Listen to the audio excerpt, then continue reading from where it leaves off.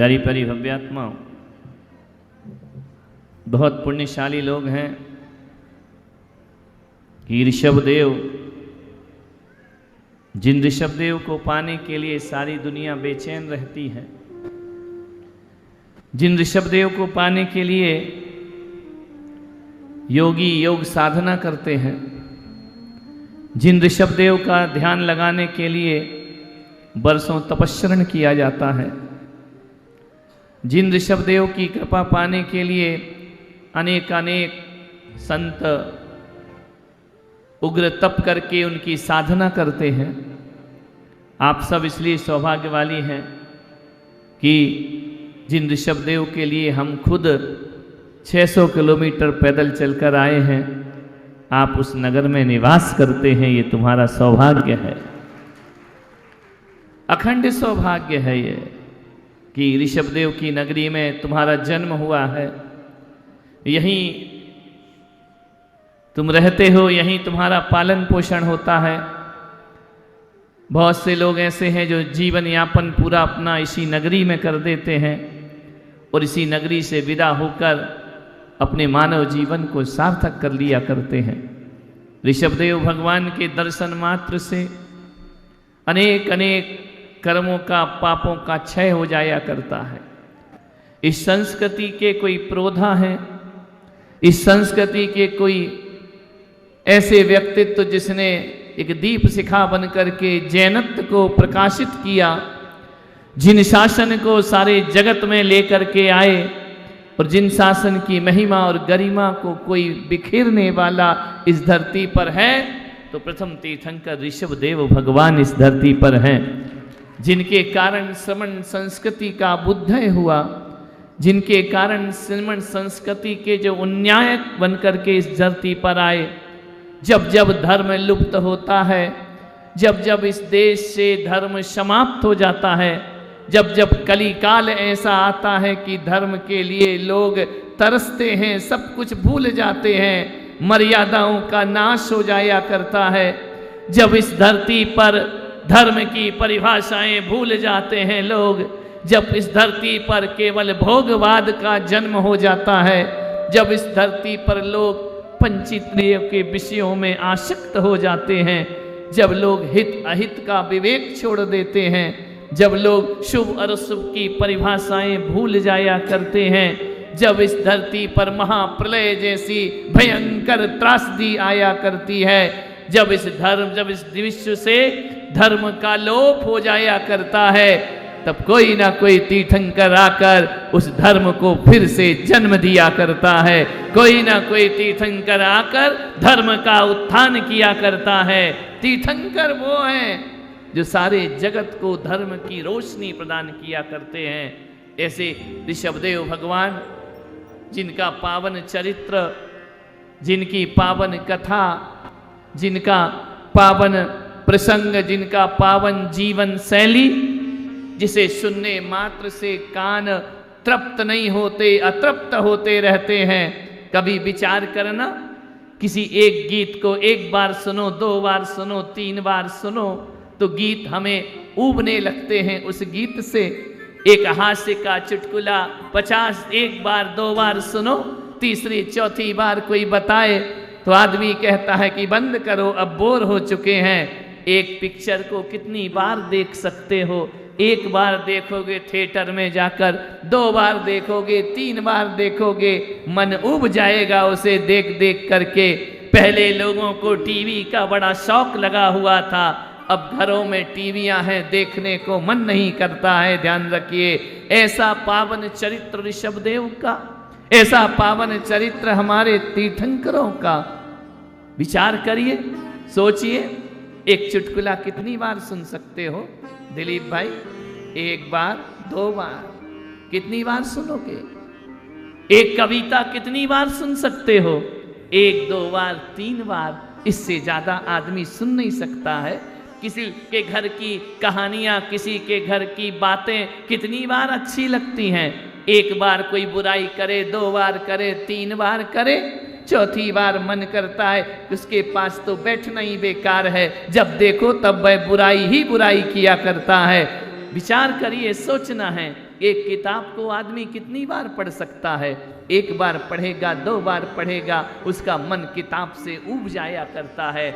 ऐसा हर पदार्थ जगत में ऐसा है जिसे बार बार पढ़ो तो मन ऊब जाता है, लेकिन मेरे ऋषभ देव का चरित्र ऐसा है जिसे 1000 बार नहीं 1,00,000 बार भी सुनो तो मन अतृप्त का अतृप्त रहा करता है। बार बार सुनते हैं। अभी पंचकल्याणक हुए तुम्हारे यहाँ, सारे दृश्य देखे हैं, सारा ऋषभ देव का चरित्र सुना तुमने, फिर तैयार हो गए सुनने के लिए। ध्यान रखिए, अतृप्त है मन, भगवान का चरित्र है ये, भगवान की कथा है ये। जितना सुनो उतना रस आता है, जितना सुनो उतना आनंद आया करता है। कौन नहीं जानता ऋषभ देव के चरित्र को?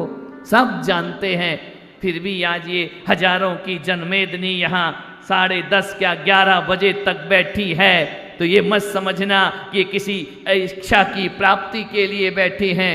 इतने लोग व्यापार बिजनेस छोड़कर, महिलाएं घरवार की चिंता छोड़कर यदि यहाँ केसरिया रंग में रंग कर बैठी हैं, तो यह केसरिया नाथ के पावन चरित्र का प्रभाव हुआ करता है। ये उनकी कथा का प्रभाव है। ऐसे ही नहीं आ गए हो तुम यहाँ, बहुत से लोग घरों में होंगे,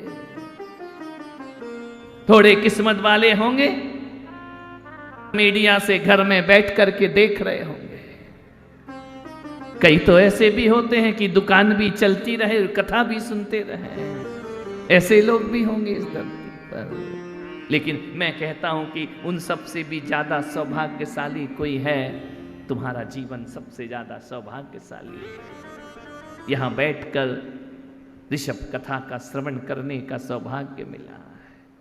यदि यहां नहीं आते तो कौन भगवान की बातें सुनाता तुमको? क्या कर रहे होते घर में? वही रोज की जिंदगी, वही खाना पीना, रोज का जीवन हमारा व्यर्थ का जीवन, कुछ अर्थ नहीं है उसमें। लेकिन ऋषभ देव का चरित्र जो सुन लेता है, सुनने मात्र से जीवन का उद्धार हो जाता है, कल्याण हो जाता है। क्या नहीं था महाराज श्रेणिक के पास?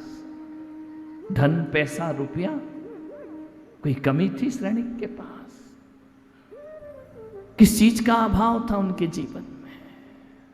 महाराजा श्रेणिक मगध देश के महाराज, मगध सम्राट जिन्हें कहा जाता है, बिंबिसार भी उनका नाम हुआ करता है। राजा ग्रही राजधानी जिनकी, क्या नहीं था उनके पास? रुपए थे, धन था, वैभव था, रानियां थी। महाराजा चेटक की पुत्री जिनकी पटरानी थी। सुना कि विपुलाचल पर भगवान महावीर का समोसरण पधारा है।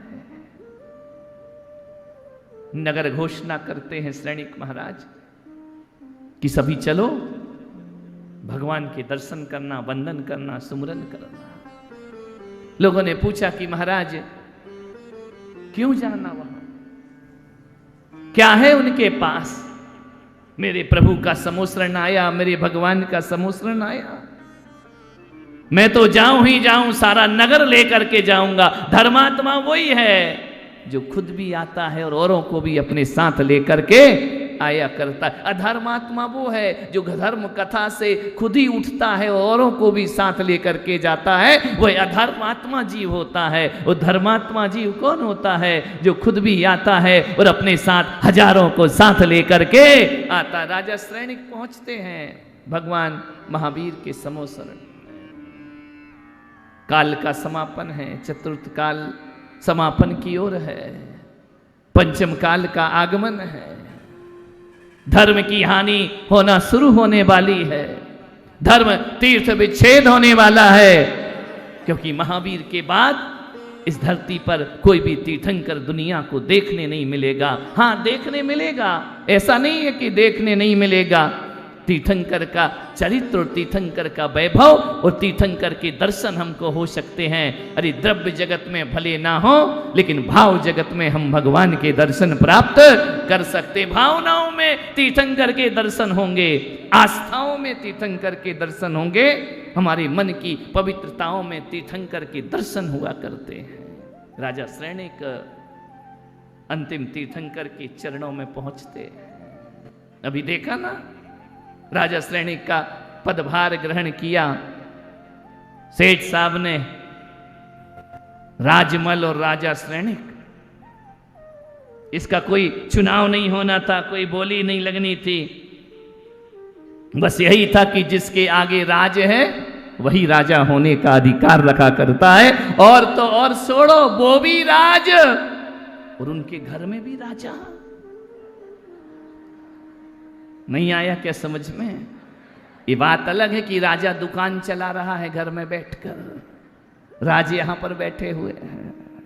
मान्य राजा श्रेणिक भगवान की वंदना करते हैं, नमस्कार करते हैं। कभी भरत ने पूछा था ऋषभदेव से कि आने वाले समय में कौन कौन तीर्थंकर होगा। अजितनाथ से कभी सगर चक्रवर्ती पूछते हैं कि धर्म का स्वरूप क्या होगा। राजा श्रेणिक मुख्य श्रोता भगवान महावीर के, वह पूछते हैं कि भगवान पावन पुरुषों का चरित्र हमें सुनाइए। लोग कहते हैं कि प्रथमानुयोग कहानी है, किस्से हैं, बातें हैं। ऐसा नहीं है, कहानी किस्से नहीं है। ये महाराज श्रेणिक पूछते हैं कि भगवान महापुरुषों के चरित्र में बताइए, किस महापुरुष किस तीर्थंकर का क्या चरित्र वैभव रहा। 60,000 प्रश्न पूछे राजा श्रेणिक ने। कितने प्रश्न पूछे बोलो? 8,000 नहीं, 60,000 प्रश्न। आज शाम की सभा में मैं कहूंगा पूछो 60 प्रश्न, एक आदमी खड़ा होकर 60 प्रश्न पूछ सकते हो। प्रश्न ही नहीं बनेंगे तुमसे पूछते हुए।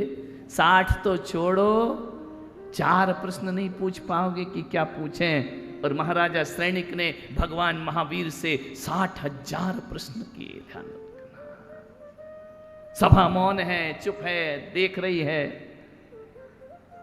आदेश हुआ समोसरण में कि प्रश्न काल शुरू होता है, भगवान से प्रश्न पूछे जाएं। कोई पूछने में सामर्थ्यवान नहीं।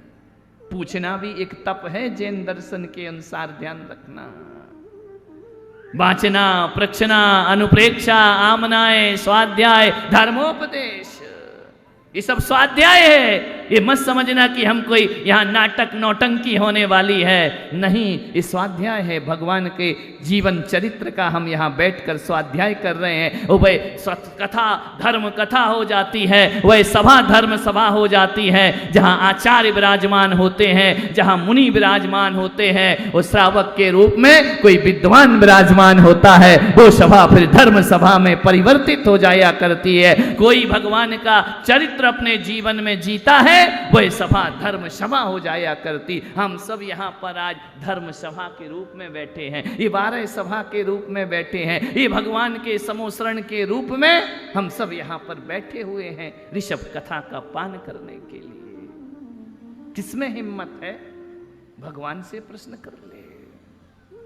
किसमें सामर्थ्य है? कौन पूछ सकता है भगवान से प्रश्न?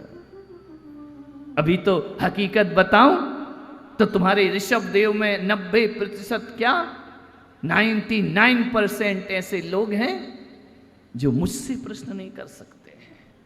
हिम्मत जुटाना पड़ती है। अध्यक्ष मंत्री को कमरे में आने में, सेठ जी को कमरे में आने में, पूछना है तो इकट्ठा करना पड़ता है लोगों को, मीटिंग करना पड़ती है। क्या पूछें, कैसे पूछें, महाराज के सामने कैसे जाकर के बोले। हर व्यक्ति बोलने का सामर्थ्य नहीं रख सकता है, ध्यान रखिए। हर किसी के वश में इतनी बड़ी बात नहीं होती है कि जाकर गुरुओं से प्रश्न कर सके। ध्यान रखना, हम तो साधारण मुनिगण हैं। तीर्थंकर से प्रश्न करना एक बहुत बड़ा तपश्चरण है। 12 तपों में स्वाध्याय एक तप है, उस स्वाध्याय में प्रश्न पूछना भी एक तप है। ध्यान रखना, अधवा तदवा कुछ भी प्रश्न नहीं पूछा जाता है। जो मन में आया वो नहीं पूछा जाता है, जो वांछना की है उसमें से ही पूछा जाता है। यदि आपको कुछ नहीं आता धर्म का, तो आपके प्रश्नों का कोई महत्व नहीं हुआ करता है। भगवान हर प्रश्न का उत्तर प्रदान नहीं करते हैं। महाराजा श्रेणिक ने पूछा भगवान से। क्या पूछा महाराजा श्रेणिक ने? अभी बताया ना क्या पूछा महाराजा श्रेणिक ने। महाराज श्रेणिक वो महाराज जो भावी तीर्थंकर होंगे, ध्यान रखना। भगवान से प्रश्न पूछने वाला भी मोक्षगामी होता है, भगवान को आहार देने वाला भी मोक्षगामी होता है, भगवान का माता पिता बनने वाला भी मोक्षगामी होता है, भगवान की सेवा पूजा करने वाले इंद्र भी मोक्षगामी हुआ करते हैं। ये सब मोक्षगामियों का दरबार है, ध्यान रखिए। भगवान की कथा को पढ़ने वाला भी मोक्षगामी होता है, भगवान की कथा को सुनने वाला भी मोक्ष गामी होता। ये तो पक्का है कि अब तुम्हारा मोक्ष निश्चित हो गया है यहाँ बैठ करके। समय कितना भी लगे, वर्ष कितने भी लगे, जन्म कितने भी लगे, जो ऋषभ देव के चरित्र को सुनता है उसकी मोक्ष की टिकट पक्की हो जाया करती है, ध्यान रखना। रिजर्वेशन तो ऋषभ देव वालों अपना हो ही गया है। गिरनार जब जाओगे तब जाओगे, यहाँ बैठकर ऋषभ कथा में अपने मोक्ष की यात्रा निश्चित हो जाया करती है। एक ना एक दिन हम सब, ऐसा हो सकता है कभी कि हम सब बैठ करके यहाँ ऋषभ कथा कर रहे हैं, ऋषभ कथा पढ़ रहे हैं, उसके पात्र का रोल अदा कर रहे हैं, ऐसा हो सकता है? क्या तुम्हारे मन की ऐसी भावना है? क्या तुम्हारा मन ऐसा बोलता है कि जब भी मोक्ष हो ना, निर्वाण हो, तो जितने यहाँ बैठे हैं हम सबको एक साथ मोक्ष की प्राप्ति होना चाहिए, एक साथ निर्वाण को। तालियां भी ऐसी बजा रहे हैं जैसे नरक जाने की तैयारी कर रहे हो। नरक जाना है क्या? संसार में भटकना है क्या? पशु गति में जाना है क्या? है? अब खाने की चिंता करोगे तो मोक्ष हाथ से छूट जाएगा, ध्यान रखिए। शाम को भी खाया है, सुबह भी। इतने ईमानदार तो नहीं हो कि चाय पी के भी नहीं आए हो। चाय तो पी होगी। हमारे सुंदर जी तो 6 बजे ही चाय पी लेते हैं, मैंने अपनी आंखों से देखा है। एक रात वहां गुजारी, सुबह देखा हमारे जाने का समय, वो स्टील की प्लेट में चाय, प्लेट भी स्टील की। विचार करिए, चाय चल रही थी और जैसे ही देखा आधी पी, मैंने कहा क्या हो रहा, आधी फेंक दी। चलो महाराज ध्यान रख, सत्संग का यही प्रभाव है कि मैंने देखा कि उनकी चाय की प्याली छूट गई, चाय की प्याली नहीं छूटी। संत दिख जाए तो पाप भी हमें छोड़ करके अपने आप दूर भाग जाया करते। ऐसे पावन कथा बड़े आनंद के साथ हम सुनेंगे।